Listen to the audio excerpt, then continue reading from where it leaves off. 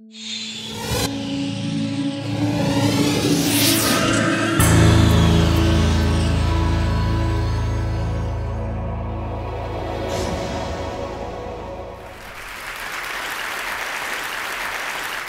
here to celebrate compassion, but compassion from my vantage point has a problem.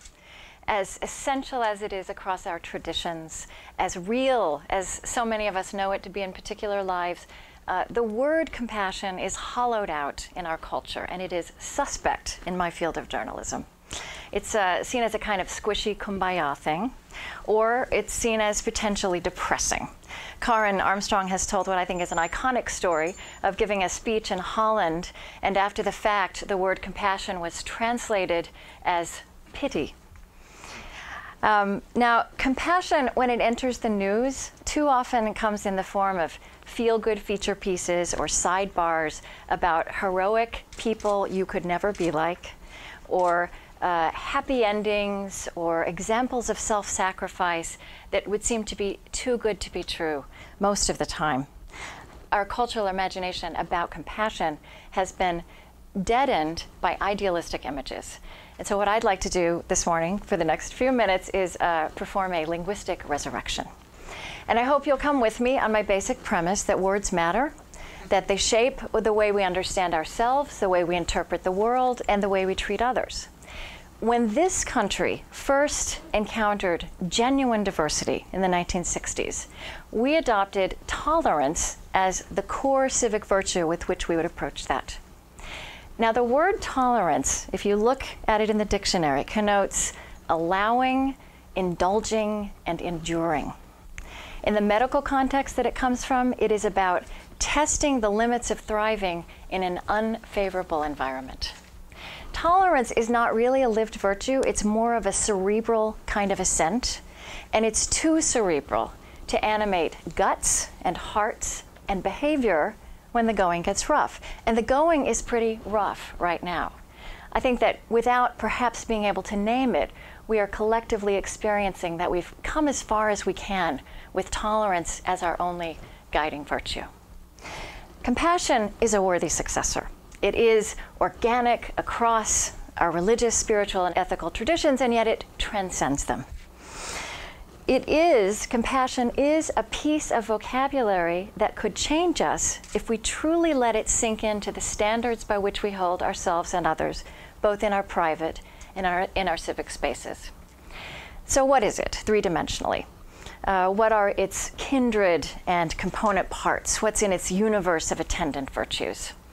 To start simply, I want to say that compassion is kind. Now, kindness might sound like a very mild word, and it's prone to its own abundant cliche, but kindness is a kind of everyday byproduct of all the great virtues, and it is a most edifying form of instant gratification. Compassion is also curious. Compassion cultivates and practices curiosity. I love a phrase that was offered me by two young women who are interfaith innovators in Los Angeles, Aziza Hassan and Malka Fenyvesi. They are working to create a new imagination about shared life among young Jews and Muslims, and as they do that, they cultivate what they call curiosity without assumptions. Well, that's going to be a breeding ground for compassion. Compassion can be synonymous with empathy. It can be joined with the harder work of forgiveness and reconciliation, but it can also express itself in the simple act of presence. It's linked to practical virtues like generosity and hospitality and just being there, just showing up. I think that compassion also is often linked to beauty. And by that I mean a willingness to see beauty in the other, not just what it is about them that might need helping. I love it that my Muslim conversation partners often speak of beauty as a core moral value. And in that light, for the religious, compassion also brings us into the territory of mystery, encouraging us to see not just beauty, but perhaps also to look for the face of God in the moment of suffering, in the face of a stranger, in the face of the vibrant religious other. I'm not sure if I could show you what tolerance looks like. but I can show you what compassion looks like, because it is visible. When we see it, we recognize it, and it changes the way we think about what is doable, what is possible. It is so important when we're communicating big ideas, but especially a big spiritual idea like compassion, to root it as we present it to others in space and time and flesh and blood, the color and complexity of life. And compassion does seek physicality. I first started to learn this most vividly from Matthew Sanford. And I don't imagine that you will realize this when you look at this photograph of him, but he's paraplegic. He's been paralyzed from the waist down since he was 13 in a car crash that killed his father and his sister.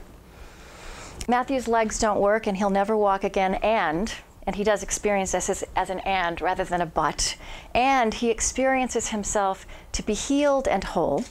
And as a teacher of yoga, he brings that experience to others across the spectrum of ability and disability, health, illness, and aging.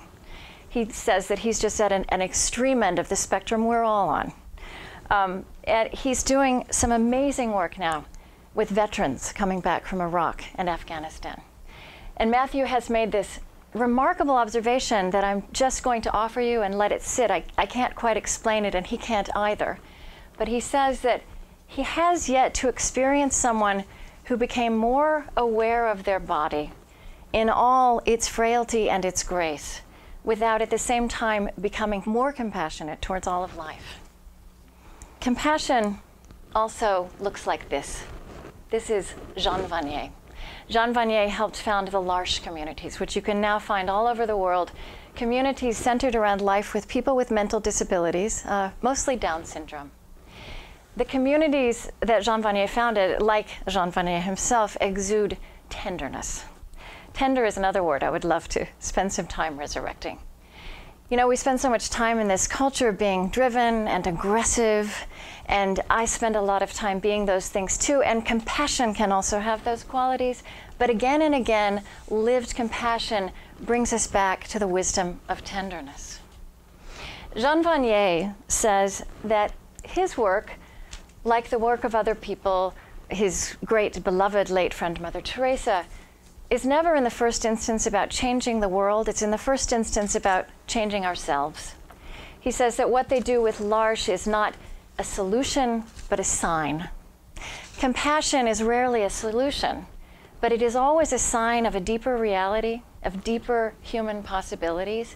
And compassion is unleashed in wider and wider circles by signs and stories, never by statistics and strategies. We need those things too, but we're also bumping up against their limits. And at the same time that we are doing that, I think we are rediscovering the power of story. That as human beings, we need stories to survive, to flourish, to change. Our traditions have always known this, and that's why they have always cultivated stories at their heart and carried them forward in time for us. There is, of course, a story behind the key moral longing and commandment of Judaism to repair the world, tikkun olam. And I'll never forget hearing that story from Dr. Rachel Naomi Remen, who told it to me as her grandfather told it to her, that in the beginning of the creation, something happened, and the original light of the universe was shattered into countless pieces. It lodged as shards inside every aspect of the creation, and that the highest human calling is to look for this light, to point at it when we see it, to gather it up, and in so doing, to repair the world. Now, this might sound like a fanciful tale. Some of my fellow journalists might interpret it that way. Rachel Naomi Remen says this is an important and empowering story for our time, because this story insists that each and every one of us, frail and flawed as we may be, inadequate as we may feel, has exactly what's needed to help repair the part of the world that we can see and touch. Stories like this, signs like this, are practical tools in a world longing to bring compassion to abundant images of suffering that can otherwise overwhelm us. Rachel Naomi Remen is actually bringing compassion back to its rightful place alongside science in her field of medicine, in the training of new doctors. And this trend of what Rachel Naomi Remen is doing, how these kinds of virtues are finding a place in the vocabulary of medicine, the work Fred Luskin is doing. I think this is one of the most fascinating developments of the 21st century, that science, in fact, is taking a virtue like compassion definitively out of the realm of idealism. This is going to change science, I believe, and it will change religion. But here's a face from 20th century science that might surprise you in a discussion about compassion. We all know about the Albert Einstein who came up with E equals mc squared. We don't hear so much about the Einstein who invited the African-American opera singer Marian Anderson to stay in his home when she came to sing in Princeton because the best hotel there was segregated and wouldn't have her. We don't hear about the Einstein who used his celebrity to advocate for political prisoners in Europe or the Scottsboro Boys in the American South. Einstein believed deeply that science should transcend national and ethnic divisions. But he watched physicists and chemists become the purveyors of weapons of mass destruction in the earliest 20th century. He once said that science in his generation had become like a razor blade in the hands of a 3-year-old. And Einstein foresaw that as we grow more modern and technologically advanced, we need the virtues our traditions carry forward in time more, not less. He liked to talk about the spiritual geniuses of the ages. Some of his favorites were Moses, Jesus, Buddha, St. Francis of Assisi, Gandhi. He adored his contemporary Gandhi.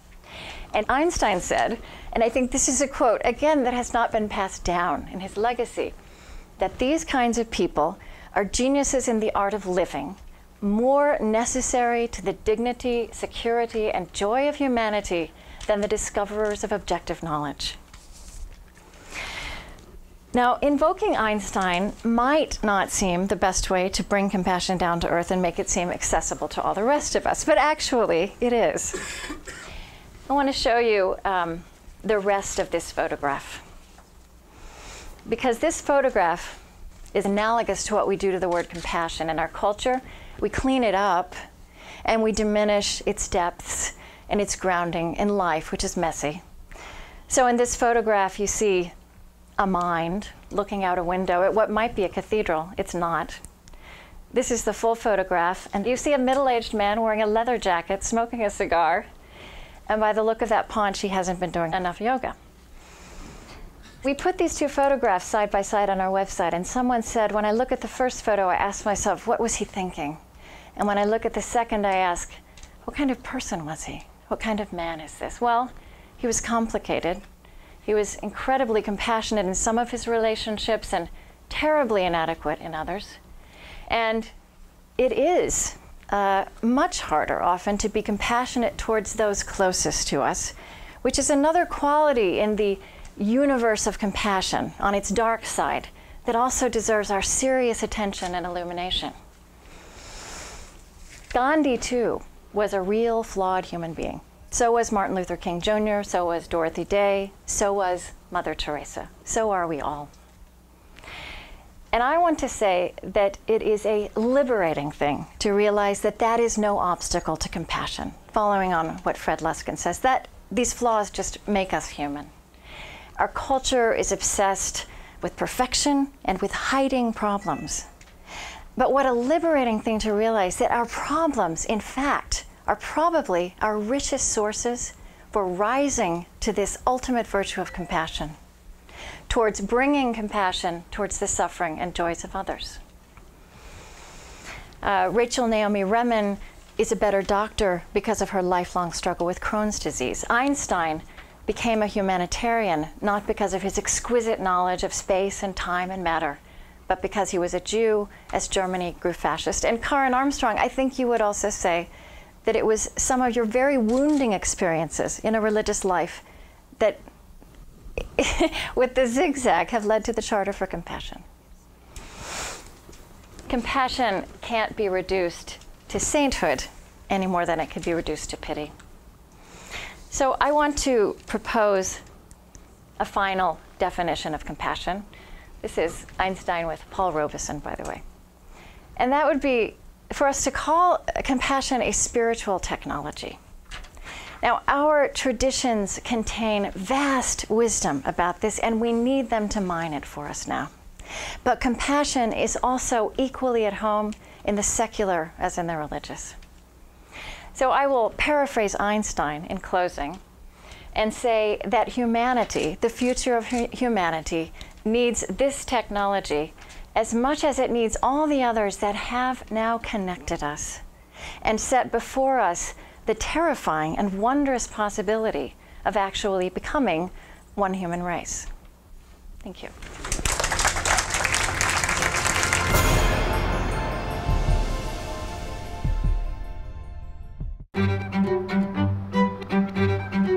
Doing the creative direction on the magazine. I work as a photographer. I also have been curating. I do anything and everything related to photography that I can. Dossier is a biannual art and culture journal. We know so many creative people, and we wanted to sort of give people a forum to do projects that they might not be able to do for other magazines. My BlackBerry works with my lifestyle because I actually work from my phone, going back and forth with different clients constantly. If we're planning an issue of the magazine, I'm looking at proofs on my phone. The new one has a keypad and then also a touchscreen. I really like the keypad. I could not write long emails on a phone that just had a touchscreen. There's no way. I started taking pictures seriously when I was about 17, but I just didn't think it was going to be my job. Up until very recently, all of my personal work was pictures of just like what was around me. If I'm sitting around with friends, I usually have my camera, I take a picture of what I see. Bones! Pony! He's like, I guess this is where you want me. The quality of the camera on the BlackBerry is definitely good enough that I can do almost anything I want online with it. I contribute to a couple different blogs aside from the Dossier blog. A lot of times I'll just send them pictures from wherever I am taken with my BlackBerry. This is rainbow eucalyptus in Maui, and it grows by the side of the road. This is taken from the top of the Pompidou in Paris. It's the line to get in. That's a hedgehog in the souk in Marrakesh. It's the inside of my dog's mouth. I just travel a lot for work, you know. I have my phone with me everywhere I go. It works anywhere in the world, and that's awesome.